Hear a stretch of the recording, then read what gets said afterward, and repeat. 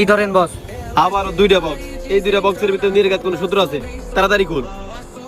বস সবই বুঝতাছি ঠিক আছে, কিন্তু এই লাশের পাশে বক্স রাখতেছে এটার মানে তো বুঝতাছি না। এই ধরেন।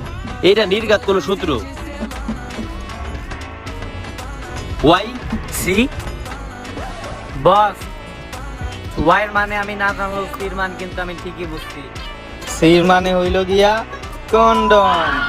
বস ওরা দুইজন বিটিএস লাভার ছিল, ওরা দুইজন ওইগুলা করতে এটা লোকে সংঘর্ষ হয়ে ওরা মারা গেছে। সারাদিন এরকম উল্টাপাল্টা কথা কইতেছ, একটা ভালো কাজের কথা কও। এমন একটা লোকের সন্ধান দে যার দ্বারা আমরা কেসটা সমাধান করতে পারি। আরে বস এটা তো আপনি আগে কইবেন।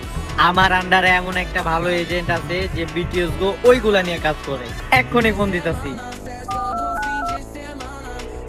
হ্যালো এজেন্ট, তুই আমার সাথে 2 মিনিটের ভিতরে দেখা কর।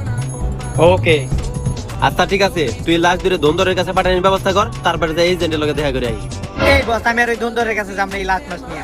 তোর কি মনে নাই ধন্দরের কাছে ধন্দরের শালিকা আছে? আরে বস আমি থাকতে আপনার কোনো টেনশন আছে? এরকম 3-4টা লাশ আমি কাঁধে করে নিয়ে যেতে পারি। ওই কান দেয় তোরা। আমার প্রিয় রাজকুমারী শালিকা, আমি তোমার জন্য সব করতে পারি, তুমি থাকো, আমি আসতেছি তোমার জন্য।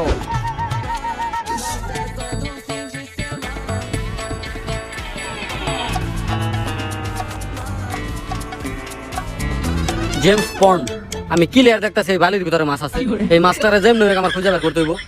আর আমার কাজ হইলো নদীর থেকে মাছ ধরে না গর্তে ঢুকানি, মানে বালির। বস এই সেই এজেন্ট জেমস বন্ড। পণ মানে? মানে ওর নামই পন্ড।